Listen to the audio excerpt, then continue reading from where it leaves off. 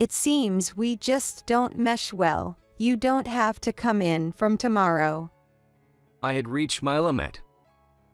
I couldn't follow such a boss any longer. I responded on the spot. Understood. I will resign effective today. Thank you for the brief time I've been here. At that moment, it was decided that I would leave the job I loved. While I was getting used to the fast-paced days, a newly hired clerk came to tell me there was a visitor. Wonder what it is? I thought as I headed to the reception room, where I found Samantha waiting. John, please, won't you come back to our company? Upon seeing me, Samantha immediately prostrated herself on the floor. The once domineering Samantha who was harsh on employees was nowhere to be seen. My name is John Baker. I've been working at a boutique couture shop in a small town for 20 years. Though it's called a couture shop, there have been fewer customers looking for couture lately. So we also handle suits, shirts, and even school uniforms, which has allowed us to keep going till today. Far from being dissatisfied with this company, I am fond of it for its community ties and values. However, the dark clouds over the company began when the president, who had been managing it, fell ill. The boutique was established by the president in his younger years, but he had been unwell lately. Eventually, he could no longer appear at the shop front, and his successor was his granddaughter, Samantha Smith, who had no prior experience in this field. The transition was made, but regardless of her work performance, her way of dealing with people was just terrible. I was particularly targeted by the new president, Samantha. John, how's sales lately? I'd like you to secure some new contracts soon. She asked me, clearly in a bad mood. Yes, I've been making rounds, but it's hard to find individuals interested in ordering couture. It might sound like an excuse, but it's true that interest in couture has been waning over the years. The reality that our couture shop model is dwindling is also true. However, Samantha scolded me relentlessly. I don't want to hear excuses. It's not that contracts can't be secured, you just haven't done enough until you get them. It's not enough to just visit our regulars. I need you to find new clients. Saying this, Samantha let out an exaggerated sigh.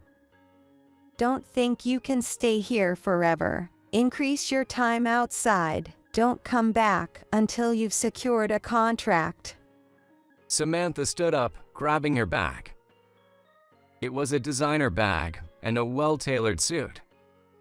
Because the president represents the company, Samantha, who spent her working hours at spas and saunas, began to lose the employees' respect. Are you taking a break, Ms. President? We'll have to be ready by 3 p.m. for a meeting about the uniforms we supply. Before I could finish, Samantha slammed her bag onto the desk with a loud noise. Excuse me, a break. Understand this, a president doesn't have breaks. It's troublesome to be lumped together with your regular employees. You never know where a good opportunity might pop up, and it's essential to show your face around. Think before you speak, will you? With that, Samantha turned swiftly and headed for the exit. Her large diamond necklace shone brightly, almost blindingly. Right as lunch break started, I hurried through my meal. Ever since the previous president fell, the luxury of a leisurely meal had disappeared. Since Samantha took over, there's been an increased focus on performance and contract numbers, with no tolerance for maintaining the status quo or regression. There have been days, she has said, if you have time to take a lunch break, you should be out selling. Gone are the days of casual small talk and ordering takeout together. Now, none of that happens. It was a precious time for employee communication, but thinking those days are gone makes me incredibly sad. However, there's no time to wallow in sentimentality. Today, besides visiting our valued clients, I need to secure a new contract. If I skip the greetings for businesses and individuals whose orders are already confirmed, I could make more sales visits. But having been in this job for many years, I deeply believe that personal relationships are what matter most. It's enjoyable to work on and choose important couture pieces with a trusted tailor who understands you, and customers feel reassured by established relationships. That's why they buy expensive couture and choose us for their parties and wedding couture. Though I can't take my time, I make sure to greet our suppliers and valued clients carefully. At one elderly customer's home, I asked how their grandchild's wedding went. This grandmother had chosen and purchased her granddaughter's wedding couture with me. Hearing wonderful stories about the wedding and how satisfied they were with the couture made me really happy. When she said, "Please take care of my other granddaughter's wedding," I was truly delighted. As this goes, there's hardly any time left for visiting potential new clients, so naturally, I haven't secured any new contracts. The clock had just struck 2. I had to head back soon to make it in time for a meeting, so I started back to the office with heavy steps. Welcome back. How did it go? You didn't slack off, so you must have snagged at least one contract, right? Samantha's words made me mumble in response. Samantha, who had returned early for once, was here, and her presence was almost enough to drive me insane. Seemingly displeased with my reaction, Samantha kicked the desk and raised her voice. Don't tell me you've got no results. Really, you're just dead weight to the company. Maybe you should start job hunting. Though, there's nothing less needed than an unskilled person in their 40s. Irritated by Samantha's words, I reported the little progress I had made. However, a client who previously purchased couture for a wedding was pleased and said they'd request our services again. Hearing my story, Samantha snorted. And when will they buy? How many pieces? What's the unit price? Is this going to be a continuous deal? Accusingly questioning me, Samantha continued her criticism in a cold voice. Listen, you seem to think socializing is sales. Sales isn't over until the product is delivered and the invoice is sent. It doesn't profit us to take your casual conversations seriously and brag about them. While I felt like arguing back against Samantha's point, it's true I hadn't secured any new contracts. Determined to land a contract tomorrow to prove her wrong, I started preparing for the upcoming meeting. But while I was stapling documents for everyone, Samantha suddenly said something unexpected. Right, I have to leave for an appointment now, so let's postpone the meeting report till tomorrow. As Samantha began to get ready, I couldn't help but ask, "Wait a minute. I was told we had a meeting today. If we don't confirm and proceed with the orders today, we won't make it in time. It's essential for the president to be there. Do you really have an unavoidable appointment?" Samantha made an obviously annoyed face. It's an important dinner. I don't have time to spend on you, so I'm leaving now. With that, she briskly headed towards the exit. Samantha, reaching for the door, turned to me before leaving. Don't think your work ends after the meeting. Once you've placed the orders, go out and bring back at least one contract. Of course, there's no overtime pay, so do your best. Samantha laughed heartily and left with a spring in her step. The person who came for the meeting was puzzled, thinking the president would be present, but I managed to get their understanding. In a small-scale company like ours, trust is everything. The previous president always stressed this to the employees and practiced it himself. He would always show up for sales and meetings, and after delivery, he provided meticulous service. This built the trust from the community that has supported us thus far. But lately, I've felt that trust in our company is waning. By sincerely handling the situation and securing orders as usual, I was able to gain understanding.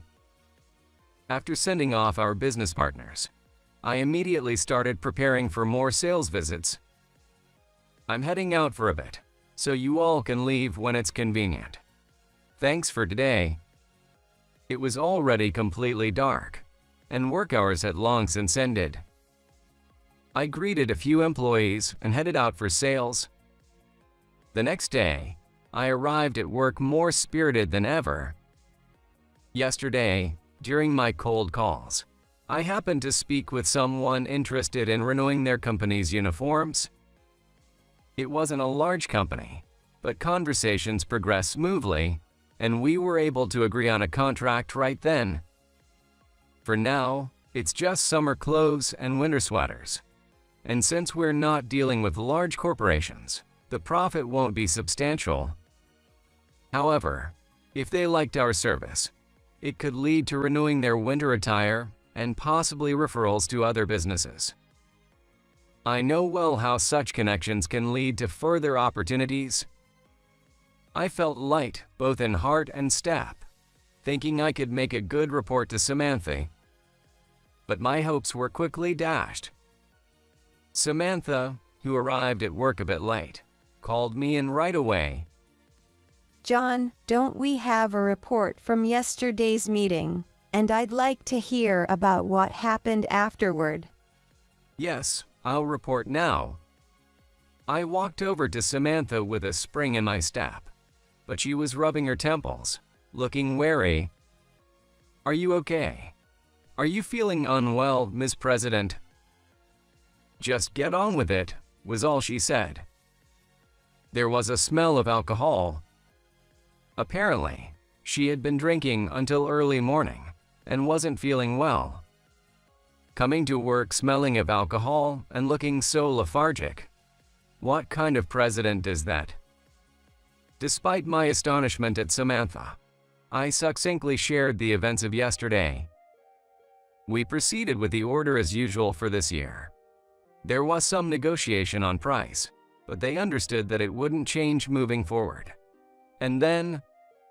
Hold on, they asked for a discount. You pushed back, wanting to raise the prices, right? Samantha glared at me with bloodshot eyes. No, of course, we'd like to raise prices given inflation.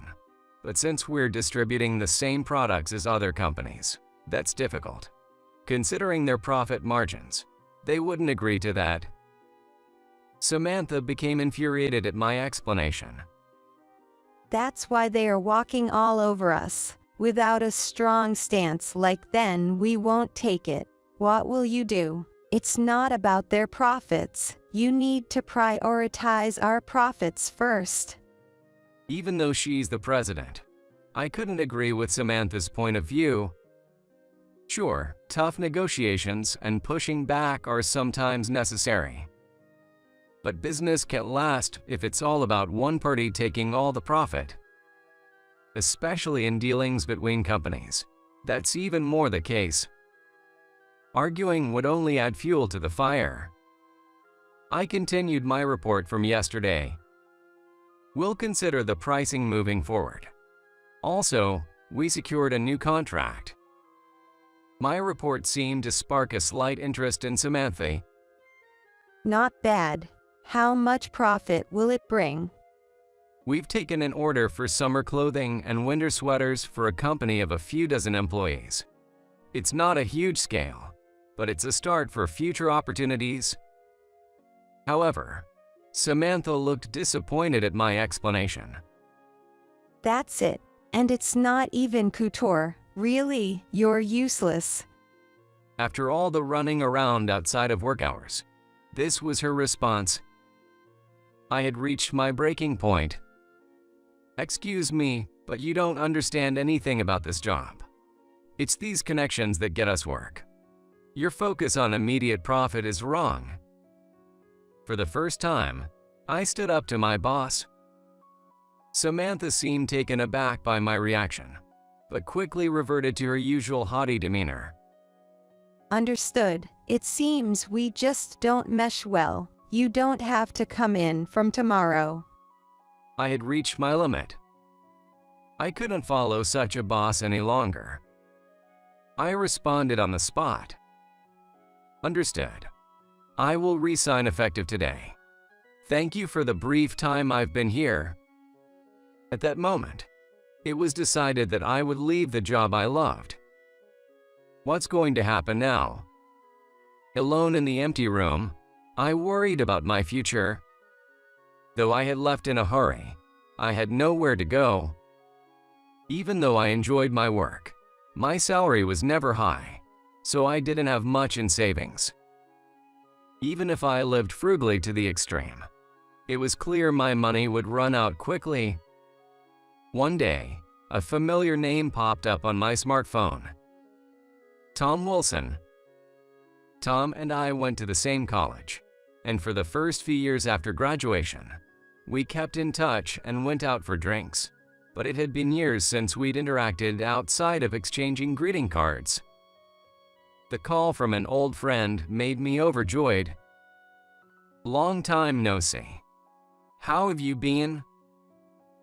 "Really, it's been a while.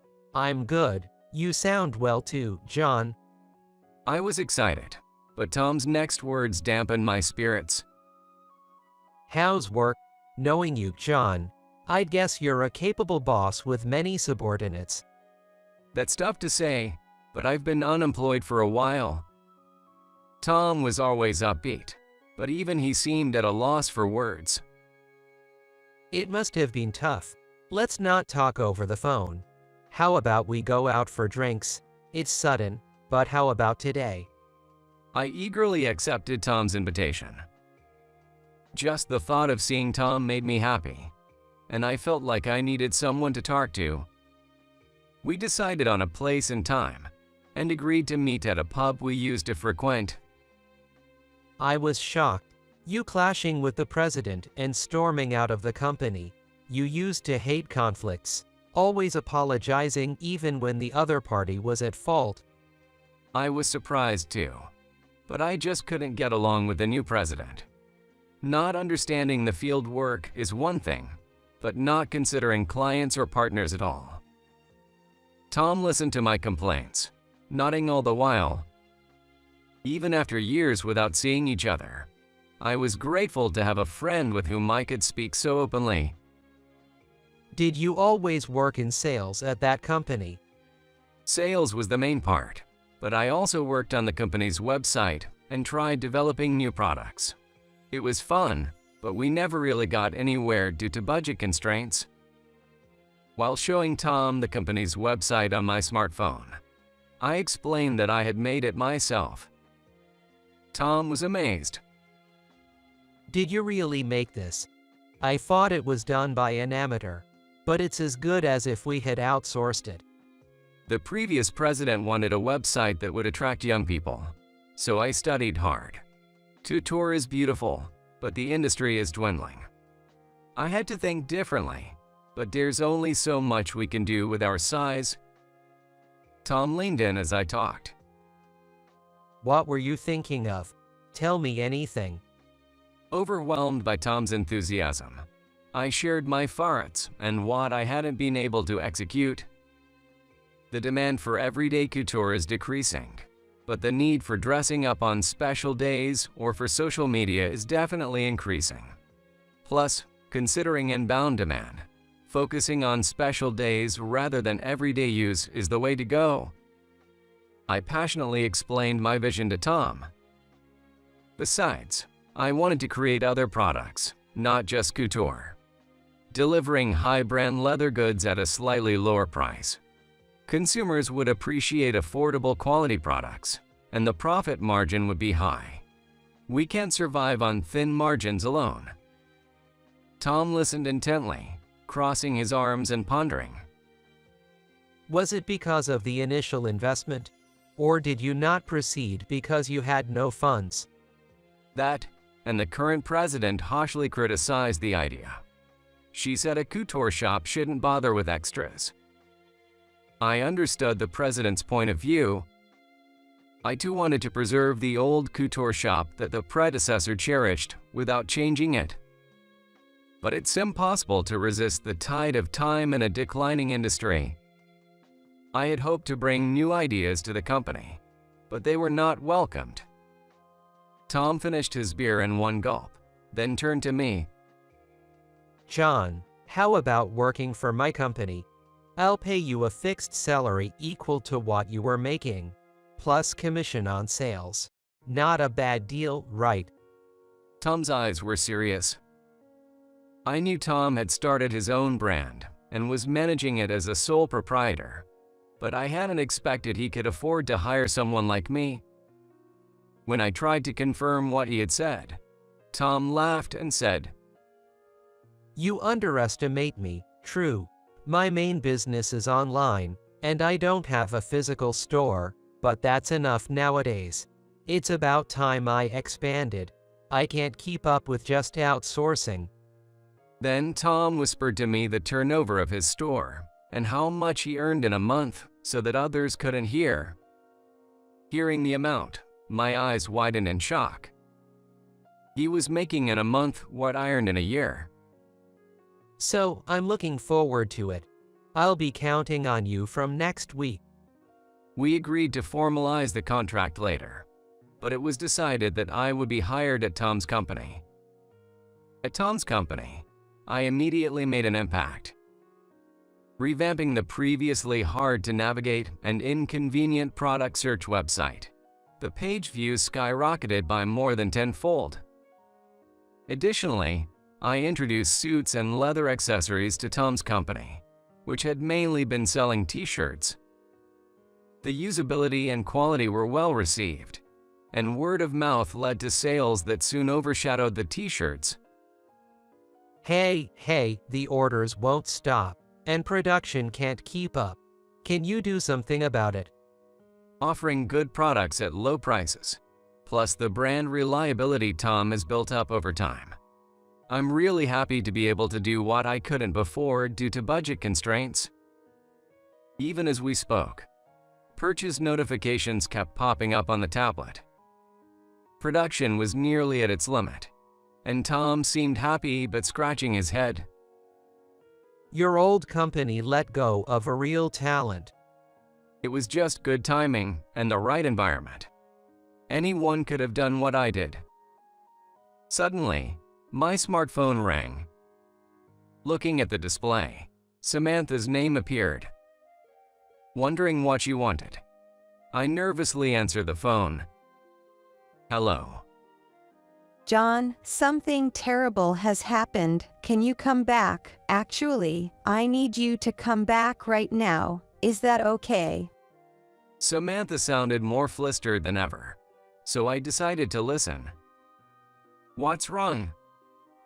Our couture customers say they'll go elsewhere if you're not here. Other partners are also asking for you, and the company website is having continuous issues without updates. Can you come back soon and help? Even though I was no longer with the company, I responded politely. I see. I don't think it's appropriate for me to deal directly with clients, so I'll pass. But I can fix the website and system issues on my next day off. I didn't hand that part over, so that's my bad. I thought I was being reasonable, but Samantha seemed unsatisfied. What are you talking about? Just come back. After all the company has done for you, what are you doing wandering around? I was terminated from your company. Are you offering to rehire me? I could hear a sigh of frustration from the other end. Don't act so smug. You must be struggling to make ends meet, right? I can pay you the same salary as before, so don't worry about that. Tom burst out laughing, hearing Samantha's words. He gestured as if to say, "Tell her off." Do you know my salary now? I probably make in a month what you earn in a year. My salary would likely surpass the annual revenue of my former company in just a few months. Though I had fond memories of my old workplace, I was fulfilled in my current job and certainly didn't want to return to work under such a boss. After bidding Samantha goodbye, I hung up. Tom's company grew busier with just me joining, leading to partnerships with outsourced companies and recruiting new talents, rapidly expanding its scale. Seeing products I developed being appreciated and posted on the social media, I felt truly glad to have joined this company.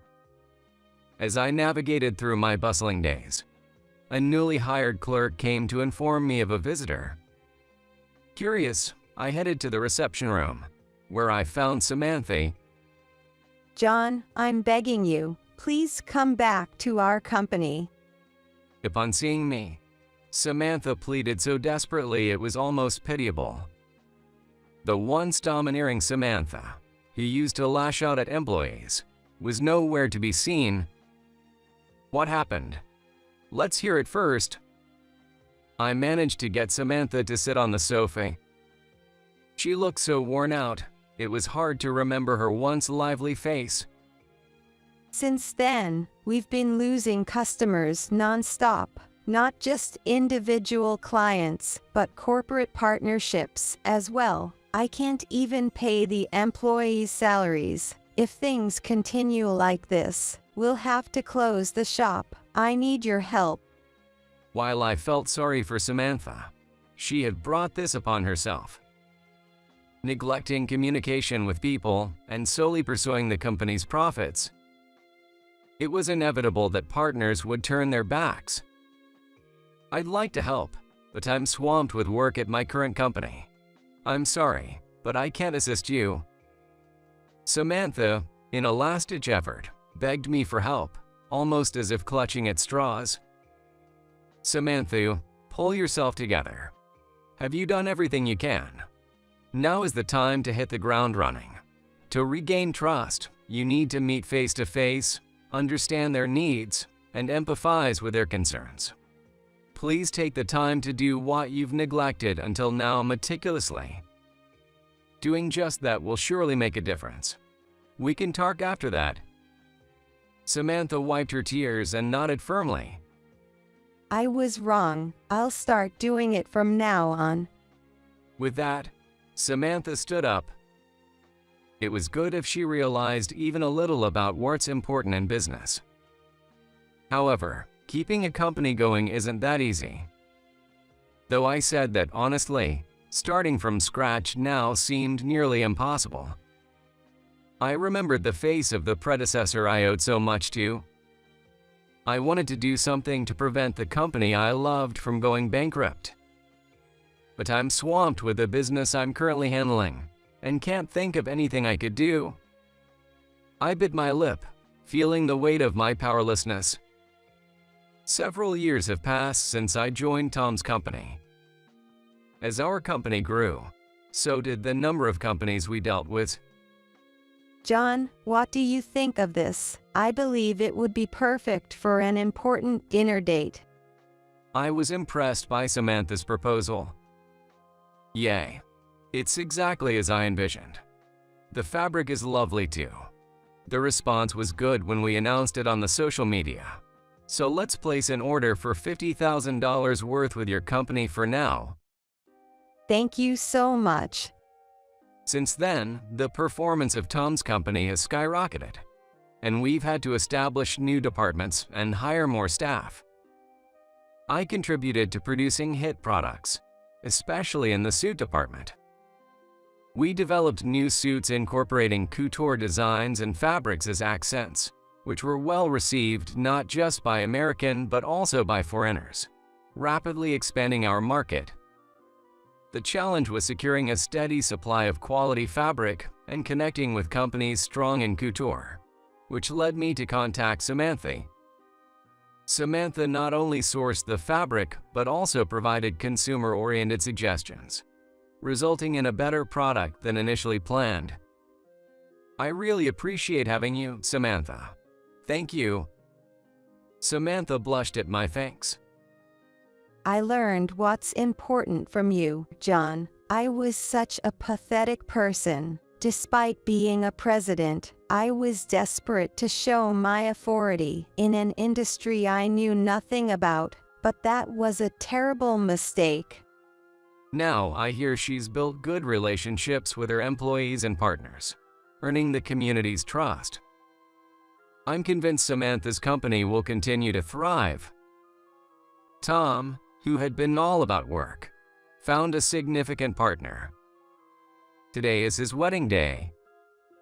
I was as happy for Tom's marriage as if it were my own. Congratulations. You've never looked better. Well, it's all thanks to the design of this suit.